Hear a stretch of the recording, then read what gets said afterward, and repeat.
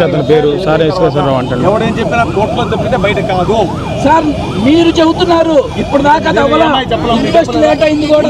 అయ్యో ఏం చెప్తానండి, నేను చెప్పలేనా?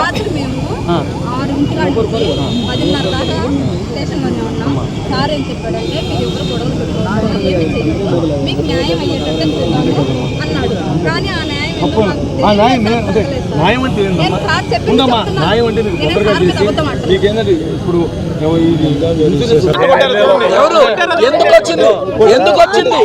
ఎందుకు వచ్చింది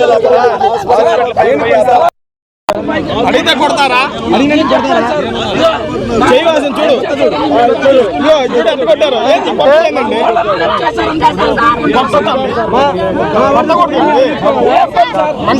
మేము కోల్పోయింది. మేము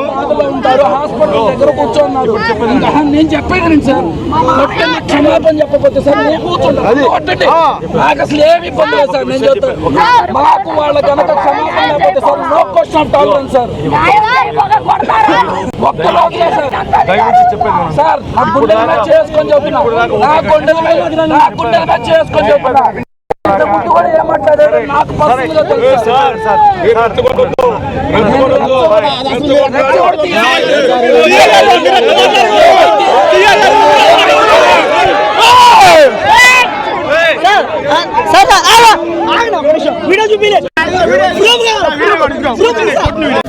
కొట్టిన వాళ్ళకి క్షమాపణ కావాలి. అది నేనేమీ ఎవరెవరినైతే తీసుకెళ్ళి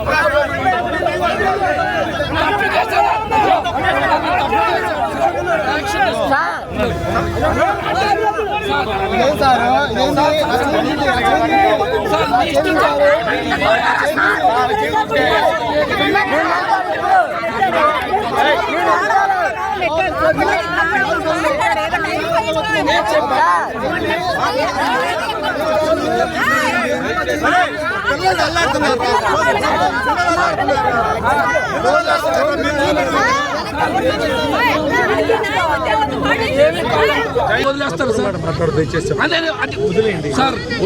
మీ చేతులు పట్టుకొని చదువుతున్నా. నేను చెప్పేది కాదు, నేను చెప్పేది వినండి సార్. వింటాను సార్. వెళ్ళిపోండి చీ అనుకోని మేము వదిలేస్తాం సార్. మేము మెదలకుండా బయటకు వెళ్ళిపోతాం సార్. నేను చెప్పేది మీరు కరెక్ట్, ఇదిగో లేదు కరెక్ట్ అని వెళ్ళిపోండి సార్. మేము మెదలకుండా ఇట్లా వెళ్ళిపోతాం. మా బాడీ మాకు చెప్పానండి. ఇప్పుడు అయిపోయింది.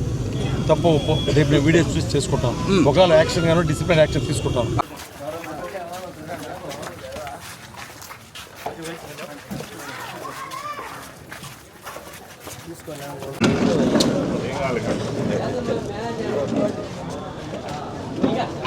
నిన్న ఉదయం వైఎస్ఆర్సీపీ పార్టీకి చెందినటువంటి కార్యకర్త, అదేవిధంగా రాష్ట్ర నూర్ భాషా సంఘానికి చెందినటువంటి ఉపాధ్యక్షులైనటువంటి కొట్టికపూటి శ్రీనివాస్